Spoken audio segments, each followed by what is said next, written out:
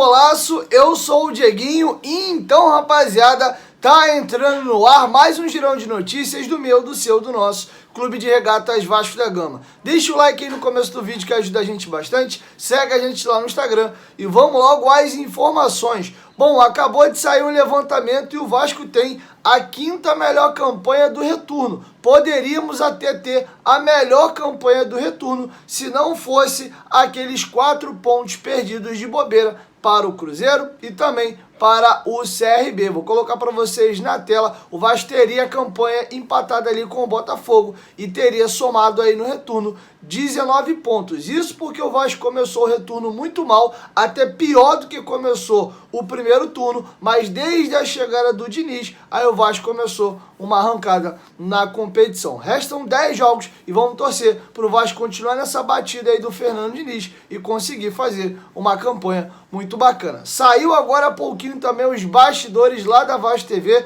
do jogo contra o Confiança, tá extraordinário. Leandro Castan falou algumas coisas interessantes na sua preleção. Ele disse que os jogadores estavam jogando ali as suas vidas, era um jogo de vida ou morte. Foi muito bacana ouvir a preleção do Leandro Castan, tá bem bacana. Você que quiser ver o bastidor, tá bem legal, a festa da torcida do Vasco. Tem um torcedor que é entrevistado pela Vasco TV e ele fala que a torcida do Vasco é F e é muito legal. Tem um depoimento também de uma sergipana que ela fala que o Vasco tem um tratamento diferencial com o povo nordestino e isso aproxima ainda mais o Vasco do povo do Nordeste. Então tá muito interessante lá o bastidor da Vasco TV. Confere. E bom, falando aí de momento do Vasco, campanha na Série B, mais uma vitória, o Mauro César voltou a falar do Vasco no programa Posse de Bola da UOL Esporte e novamente voltou a exaltar a torcida do Vasco, dizendo que não acredita de fato nessas pesquisas de que o Vasco tem menos torcida do que o Palmeiras e o São Paulo, por exemplo. Vai comentar o atual momento do Vasco e também essa questão aí da central do apito. Ele vai dar uma descascada e acha também que não foi pênalti contra o Vasco. E para eles, na central do apito, segundo o Mauro César, tudo lá é pênalti. Ele ainda deu uma cornetada lá na galera do Sport TV. É uma semana muito bacana, né? Da comunhão da torcida com o time, né? Foi muito bacana segunda-feira, o jogo contra o Goiás, a vitória, a maneira como aconteceu, com a volta da torcida São Januário e todo o roteiro, né? Até Aracaju, a chegada, a vitória e tudo mais. O Vasco tem 3 vitórias seguidas agora, né? Uma delas ficou jogando metade da partida com um homem a menos, que foi contra o Brusque, a vitória sobre o Goiás importante, porque o Goiás é um time que briga muito para subir, e agora, fora de casa, conseguindo outro resultado contra o Confiança. O Vasco está, de novo, próximo aí de brigar pelo acesso, né? Se aproximou de novo lá do grupo dos 4, tem tempo ainda para se recuperar, mas tem que continuar vencendo os jogos. Vinha até jogando melhor, mas tomando gols no final, foi assim com o CRB, foi assim com o Cruzeiro, né? Aquele jogo maluco lá, terminou 2-1, mas terminou 1-1 na verdade. E agora tá na briga de novo. O time já mudou a forma de jogar, o Diniz conseguiu já alterar drasticamente o comportamento da equipe, está dando resultado, uma tentativa do clube, da torcida, do próprio técnico de se reencontrar, né? Encontrar um caminho. E a torcida do Vasco é imensa, né, gente? O Vasco tem uma torcida... Eu sempre digo isso, eu não consigo entender muito bem esses números de pesquisa e de torcida que colocam o Vasco tão abaixo ali de Palmeiras e São Paulo. Não sei se o Vasco tem menos torcida que Palmeiras e São Paulo nacionalmente, sinceramente. E ainda mais porque foi empatado com o Cruzeiro, com times que têm torcida muito mais regional. O Vasco tem torcida pelo Brasil inteiro. Brasil inteiro. Mas as pesquisas são feitas sempre calçadas numa outra pesquisa e setorizadas muito em municípios paulistas, né? Não sei até que ponto isso traduz a realidade. O que a gente vê é outra coisa. Quantos clubes chegam no Nordeste e são recebidos da maneira que o Vasco é recebido? Isso não vivendo o 4º rebaixamento. 4 rebaixamentos na história do Vasco. E outra coisa, ao contrário do Botafogo, que perdeu para o Avaí do sábado, mas vinha numa sequência boa já há algum tempo, o Vasco agora está começando uma reação.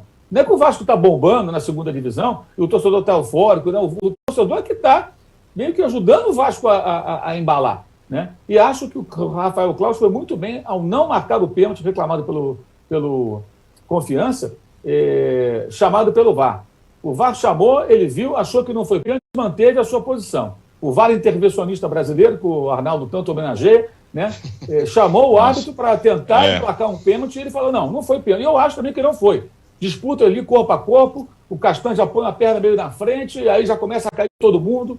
E o Cláudio não embarcou nessa. 99% dos árbitros brasileiros, quando são chamados à beira do campo, fazem o que o VAR manda. O VAR manda. E a central do apito sempre achando que foi pênalti. Ô, central do apito, que mala sem alça. Né? E como falam, né? Nossa Senhora, por que tem que falar tanto do jogo de futebol? Gente chata.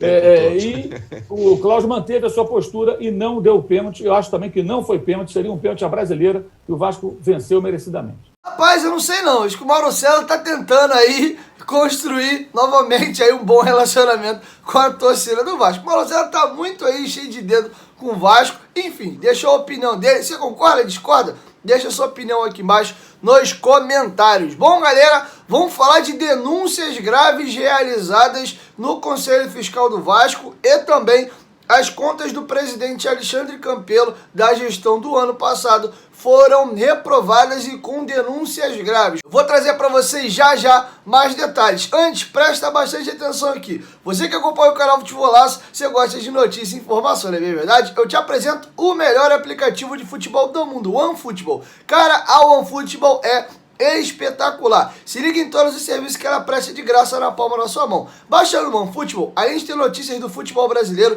e do futebol europeu, você pode assistir de graça todos os jogos do campeonato alemão. Tem o cria da base do Vascão, o Paulinho, que você pode ver os jogos do Bayer Leverkusen, ou o grande matador Robert Lewandowski, até mesmo o Haaland fazendo seus golzinhos e a sua meditação. E o mais bacana, você pode personalizar o aplicativo com o seu clube do coração. E aí toda vez que tiver notícia do Vascão, a OneFootball manda uma notificação na tela do seu celular. Baixa o OneFootball. O OneFootball é parceiro do canal Futebolaço. O link tá aqui na descrição do vídeo e no primeiro comentário fixado. Bom, galera, as contas do ex-presidente do Vasco, Alexandre Campelo, foram reprovadas e com denúncias muito graves. Tem denúncias aí do contrato da Capa, que tinha inclusive uma multa rescisória em caso de quebra de contrato de 3,5 milhões, que foi renovado, com o Vasco tendo que pagar 6 milhões de reais se o Vasco quebrasse esse contrato. O contrato, para ser renovado, o contrato anterior assinado, previa que algumas metas teriam que ser batidas, e aí o Vasco renovou por mais 2 anos o contrato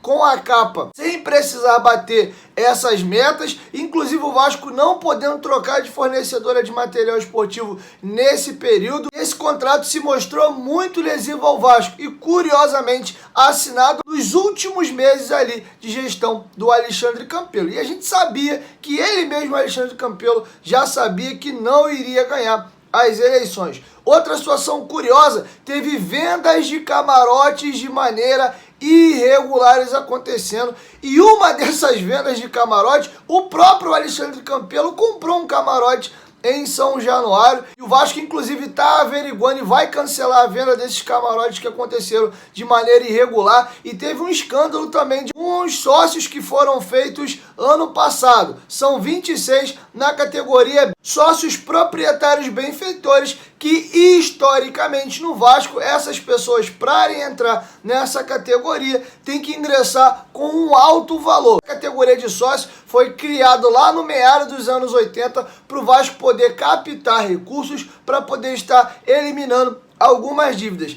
A diretoria do Vasco calculou que hoje essa propriedade custaria 26 mil reais. Se você somar aí o valor dessa adesão multiplicado por 26, daria mais de 600 mil reais. E essas pessoas ingressaram sem pagar nada ao Vasco da Gama. O Vasco estaria cancelando esses sócios proprietários benfeitores. Então tem um monte de irregularidades apontadas da gestão Alexandre Campelo. Assim como também a questão do aumento da dívida trabalhista do Vasco e outra situação que chamou muito a atenção. O Vasco utilizava alguns de seus funcionários para poder estar fazendo ali os jogos do Vasco. E houve uma contratação de uma empresa para poder fazer as operações de jogos do Vasco. E um fator que chamou muita atenção: o Vasco fechou com uma empresa de grades, aquelas grades que coloca na volta ali de São Januário para poder fazer as filas, e o Vasco teria que pagar uma quantia mensal de 22 mil reais num contrato de 4 anos. Isso daria mais de 1 milhão de reais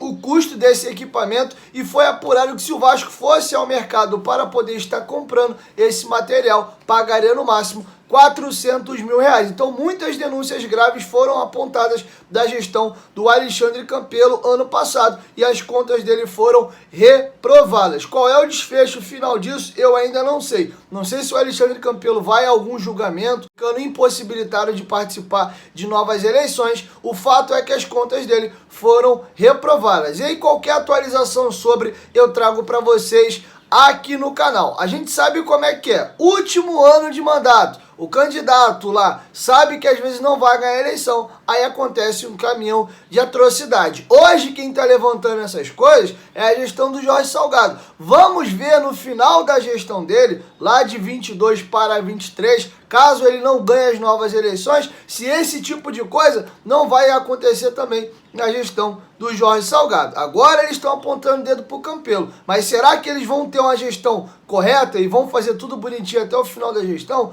Vamos aguardar. O tempo é resposta para tudo. Mas o Alexandre Campelo teve as suas contas reprovadas por todas essas situações. Quem quiser ler com mais profundidade, a UOL Esporte fez uma matéria espetacular com muito detalhe sobre o parecer do Conselho Fiscal do Vasco. E você que quiser entender um pouco mais de bastidor do Vasco, eu recomendo vocês a lerem a matéria, que ela está bem profunda e vai detalhando caso a caso com muita riqueza de detalhes. Bom, galera, é isso. Essas eram as informações que eu tinha para trazer para vocês nesse vídeo. Logo mais, entre 9 e 10 horas da noite, o Dieguinho tá chegando com mais informações, beleza? Chegou até aqui, dá essa moral, deixa o like que ajuda bastante. E claro, se for a tua primeira vez aqui no canal, não esqueça de se inscrever e ativar o sininho das notificações. Que toda vez que tiver vídeo novo aqui no canal, o YouTube vai te notificar e tu vai sair aqui muito bem informado, beleza? 1, 2, 3, futebolaço. Tamo junto, família. E a qualquer momento de quem volta, vai estar junto. Valeu, fui!